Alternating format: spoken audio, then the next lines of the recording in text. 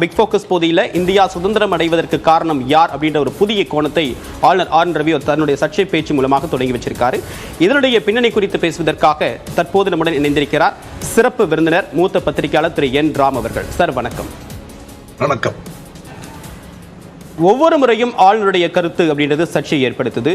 நேற்று சுபாஷ் சந்திரபோஸுடைய 128வது பிறந்தநாள் நிகழ்ச்சி கிண்டி பல்கலைக்கழகத்தில் நடைபெற்றது. அப்போது அவர் சொன்ன கருத்து அப்படின்னு முக்கியத்துவம் வாய்ந்தா பார்க்கப்படுது. என்ன அப்படின்னா, இந்தியா சுதந்திரம் அடைவதற்கு காந்தி காரணம் இல்லை, உண்மையான தேசத்தந்தை அப்படின்னு பார்த்தா சுபாஷ் சந்திரபோஸ் தான். காந்தியுடைய போராட்டங்கள் 1942 காலாவதி ஆயிடுச்சு, அது பெரிய தாக்கத்தை ஏற்படுத்தல அப்படின்ற ஒரு பொருள் அவர் சொல்லியிருக்காரு. இதை பற்றி உங்களுடைய கருத்து என்ன? இது ஆளுநர்களோ அரசியல் தலைவர்களோ இந்திய சரித்திரத்தை கொஞ்சம் ஆழமா படிக்கணும். படிக்கலைன்னா அதை பற்றி பேசக்கூடாது, குறிப்பாக மேடைகளில் பேசக்கூடாது. இது ஒரு ஜோக் மாதிரி இருக்கு அவர் சொன்ன இது. ஏனென்றால் இந்த புத்தகத்தை வேணா ஒரு காப்பி அவருக்கு அனுப்புறேன் வாங்கி ஆளுநருக்கு. India struggle for independence revised and updated, Bipin Chandra, KN Panikkar, Mridula Mukherjee போன்றவங்க. இது ஒரு சிறந்த ஒரு நூல். இந்த இதில் அந்த சாப்டர் பார்த்தீங்கன்னா, நான் கோஆபரேஷன் மூவ்மெண்ட்டை காங்கிரஸ் வார ஆரம்பிக்கும் போது இது ஆரம்பித்தாங்க. அது குறிப்பாக 1942ஆம் ஆண்டு குவிட் இண்டியா மூவ்மெண்ட் என்று அவர் கேள்விப்பட்டிருக்காரான்னு எனக்கு தெரியல. ஏன்னா குவிட் இண்டியா மூவ்மெண்ட்னா, அதாவது ஏகாதிபத்தியமே இந்தியாவை விட்டு விலகு, வெள்ளையனே விலகு அப்படின்னு சொல்லி அந்த கோஷத்தை கொடுத்து ஒரு குவிட் இண்டியா மூவ்மெண்ட் இருந்தது. அதை லான்ச் பண்றதுக்கு முன்னாலேயே காந்தி அவர்களையும் நேரு அவர்களையும் பல காங்கிரஸ் தலைவர்களையும் கம்யூனிஸ்ட் அப்ப அந்த இதில் இல்லை, அவங்கள சிறைப்படுத்தி விட்டாங்க முதல்ல ஆன்டிசிபேட் பண்ணி. காந்தி அவர்கள் ஒரு ஃபாஸ்ட் அண்ட் டு டெத் அங்க இது பண்ணாரு. அப்ப என்ன நடந்ததுன்னு ஆளுநருக்கு தெரியுமா?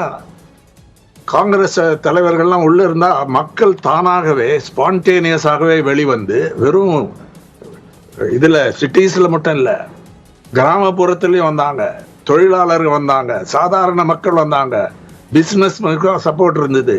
ஒரு பெரிய எழுச்சி ஏற்பட்டது. அதை பத்தி பழைய பேப்பர்லாம் பார்த்தீங்கன்னா இருக்கு, இந்த புத்தகத்திலையும் இருக்கு.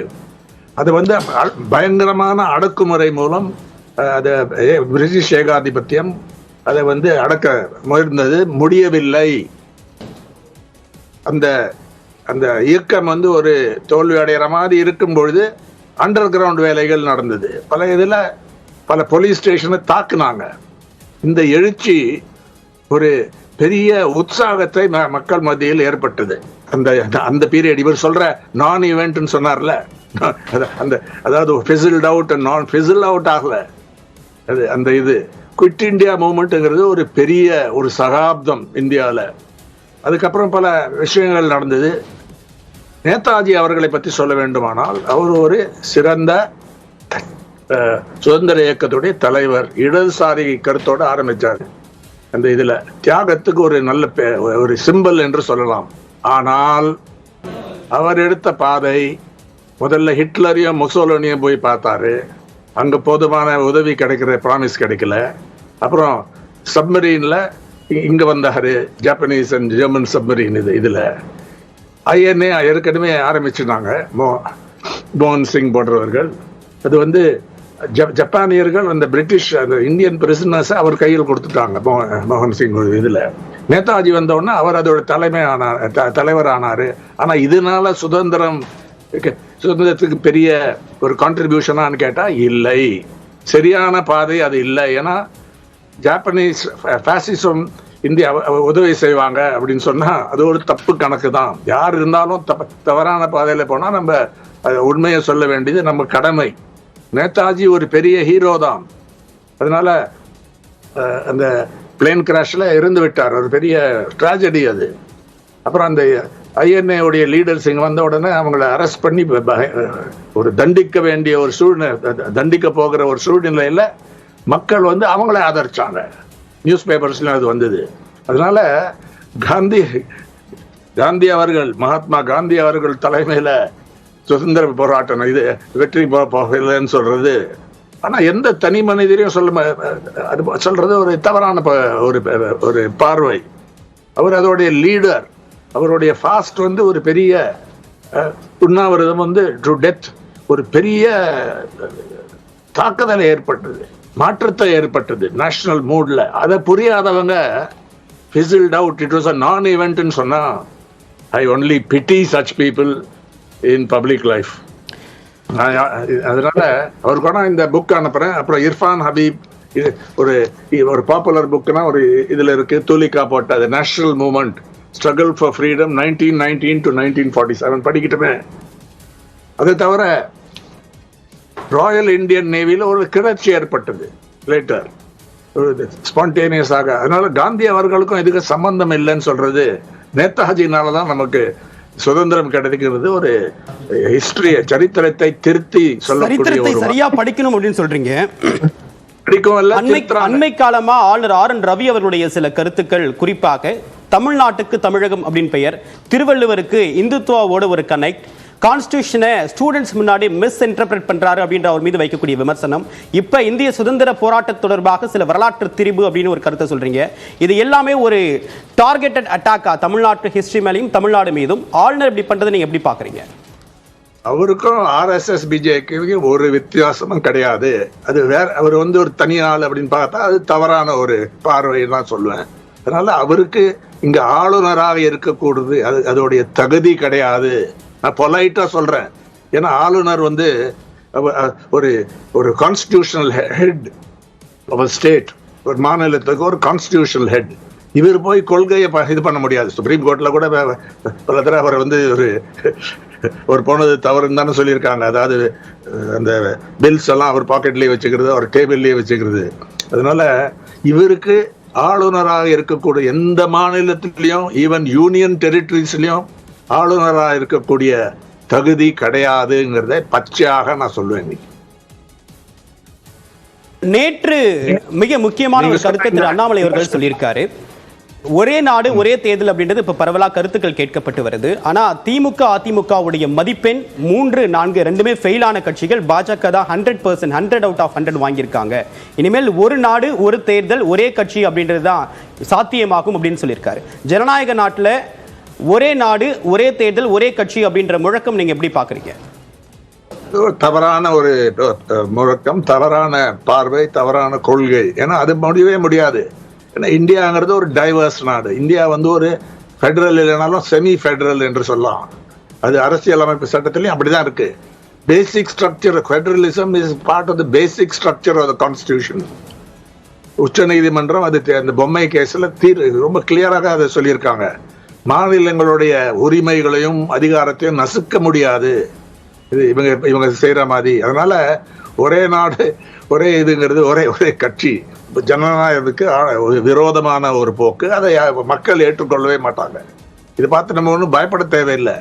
சும்மா பேசுறாங்களே தவிர அது ஒரு த்ரெட், எம்டி த்ரெட் என்று சொல்லலாம். ஒரு இது இந்தியா வந்து ஒரு கண்ட்ரி, அதுல யாரு சாவரின் கண்ட்ரி, அதுல யாரு சந்தேகம் யாருக்கு இல்லை.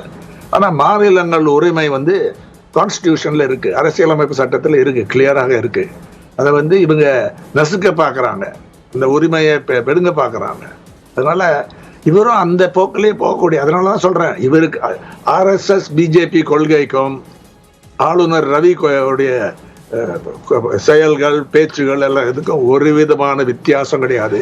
அவங்களுடைய வேலையை தான் இங்க செய்யறாரு. எவ்வளவு நாள் இங்க வச்சு போறான்னு தெரியல. ஏன்னா இது செய்ய செய்ய மக்களுக்கு ஒரு வெறுப்பு தான் ஏற்படும். இவர் இங்க எதுக்கு இருக்காரு? நீங்க சொன்ன மாதிரி பேரையே மாத்த பார்த்தாருல, தமிழ்நாடு தமிழகம் தான் கரெக்ட்னு சொல்லி. அப்புறம் ஆனா இது இந்த லேட்டஸ்ட் இந்த மகாத்மா காந்தி அவர்களுடைய கிரேட்னஸ் வந்து குறைக்க பார்த்து அதை சொல்றது ஒரு வெட்கக்கேடான ஒரு போக்கு என்று சொல்லலாம்.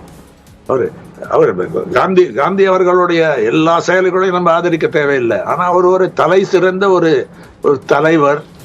அவர் வந்து ஒரு போராளி என்று கூட, நான் வயலண்டா இருந்தாலும் ஒரு விடுதலை இயக்கத்துடைய ஒரு வீரர் என்பதில் ஒரு விதமான சம்பந்தம் இல்லைன்னா ஏன் குவிட் இந்தியா, அன்னைக்கு பல பேர் குவிட் இந்தியா மூவ்மெண்ட்டுக்கு இது கொடுக்கல. ஆனா அவர் தான் சொன்னாரு டூ ஆர் டை என்று ஸ்லோகன் கொடுத்தாரு 1942ல. அதுக்கப்புறம் உடனே அவரை சிறை காமிச்சிட்டாங்க புரிஞ்சு கொண்டு. அதாவது மக்கள் வந்து இந்த வயலன்ஸ்ல இருக்கும்போது அவர் கண்டிக்கவில்லை. நான் வயலன்ஸோடைய சிம்பிள் என்று சொல்லக்கூடியவர் அன்னைக்கு மக்கள், சாதாரண மக்கள், உழைப்பாளிகள், விவசாயிகள், மிடில் கிளாஸ், பிஸ்னஸ் எல்லாரும் வந்து வெளியில் வந்து அதை அவங்களை சப்போர்ட் பண்ணும்பொழுது அவர் வந்து அதை கண்டிக்கவில்லை, அதை எதிர்க்கவில்லை. ஏன்? ஏன்னா அந்த அந்த நிலைமையை நன்றாக புரிந்து கொண்டார். வேற யாரோ வந்து இப்போ ஜப்பான் வந்து இங்கே வந்து நமக்கு சுதந்திரம் கொடுக்க போறாங்கிறது ஒரு பிரமை தான். அன்னைக்கு வந்து நேதாஜி ஒரு பெரிய தலைவர், ஆனால் ஒரு தவறான பாதை தான் இன்னைக்கு தைரியமாக சொல்றேன். திரு என் ராம், அயோத்தி கோவில் திறப்புக்கு பிறகு பாஜகவுடைய நிர்வாகிகள் அனைத்து மட்டத்திலையும் ஒரு பெரிய கான்ஃபிடென்ட் இருக்கிறத பார்க்க முடியுது. இந்த அயோத்தி சிலை திறப்பு அப்படின்றது இந்தியாவுக்கு ஒரு புதிய அடையாளத்தை ஏற்படுத்தி இருக்கு அப்படின்னு சொல்லிட்டு அவருடைய மூத்த நிர்வாகிகள் கருத்து சொல்றாங்க. இது தேர்தலில் எப்படி தாக்கத்தை ஏற்படுத்தும்? தேர்தலில் கட்டாயமாக இந்த இந்த விஷயம் வந்து வரும், இது யூஸ் பண்ணுவாங்க. அதனாலதான் செஞ்சிருக்காங்க. ஒரு இன்கம்ப்ளீட், இந்த கம்ப்ளீட் பண்ணாத ஒரு இதுல பண்ணக்கூடாதுன்னு பல சங்கராச்சாரியார்களும் சொல்லியிருக்காங்க. ஆனா இன்னைக்கு அது நடந்து விட்டது அந்த இதுல. ஆனா இந்தியாவுடைய தன்மை மாறி போச்சா? இந்தியா ஒரு மத சார்பை இல்லாத ஒரு நம்ம கான்ஸ்டியூஷன் இருக்கு. அதுல வந்து மதத்தை திரிக்க பார்க்கறாங்க. எது பல சங்கராச்சாரியார் சொல்றாங்க, நான் சொல்ல கூட தேவையில்லை, இது வந்து ஒரு ரிலிஜியஸ் இது இல்லை, ஒரு பொலிட்டிக்கல் ஆக்ட் என்று பல சங்கராச்சாரியார்கள் அவர்கள் அது சொல்லியிருக்காங்க. இது வெண்ட் ஆன் ரெக்கார்ட் இந்த இதுல. அதனால அது பயன்படுத்துவாங்க. ஆனா ஒரு எதிர் நீச்சல் தேவை எதிர்கட்சிகளுக்கு. காங்கிரஸ், கம்யூனிஸ்ட் பார்ட்டிஸ், வேறு ரீஜனல் பார்ட்டி, டிஎம்கே, அவங்களுக்குலாம் ஒரு எதிர் நீச்சல் தேவை இந்த இதுல, இந்த சூழ்நிலையில். இது எப்படி போகும்னு சொல்லி இப்ப நம்ம இது சொல்ல தேவையில்லை, இப்போ சொல்ல முடியாது. அதை சந்திக்கலாம் சரியான ஒரு கேம்பெயின்ல, அதை கட்டாயமாக சந்திக்கலாம். ஏன்னா இந்தியா வந்து இன்னைக்கு ஒரு இந்தியாவுடைய கான்ஸ்டிடியூஷன் செக்குலர் கான்ஸ்டிடியூஷன், மத சார்பின்மையற்ற ஒரு கான்ஸ்டிடியூஷன், ஜனநாயக கான்ஸ்டிடியூஷன், ரிப்பப்ளிகன் கான்ஸ்டிடியூஷன். எந்த தனி நபரோ நான் தான் வந்து இந்தியாவுக்கு நிரந்தர தலைவர்னு சொல்லக்கூடிய இது சொல்ல முடியாது இந்த கான்ஸ்டிடியூஷன்ல. இந்த கான்ஸ்டிடியூஷனுக்கு எதிராக போனா அது வேற விஷயம். அதனால எப்படி போறாங்கன்னு அதை பார்க்க வேண்டும். ஹிந்து ராஷ்டிராவை கொண்டு வர வேண்டும்ங்கிறது இவங்களுடைய நோக்கம். அது வந்து எளிதில் முடியாது. ஏன்னா இந்தியாவில் பல மொழிகள், பல இனங்கள், பல கல்ச்சரல் பிராக்டிசஸ், பல மக்களுடைய பார்வையை எனக்கு தமிழ்நாட்டில் பிஜேபிக்கு ஒன்றும் செய்ய முடியலங்கிறது. அயோத்தியை முன்னிறுத்தி ஒரு இந்து ராஷ்டிரத்தை அமைக்க முடியாது அப்படின்னு கருத்து சொல்லியிருக்கீங்க. உங்களுடைய ஆழமான பார்வையில் அனுபவத்திலிருந்து கிடைத்த உங்களுடைய பார்வைகளோட பகிர்ந்து கட்டுக்கிறது மிக்க நன்றி திரு என் ராம். தேங்க்யூ.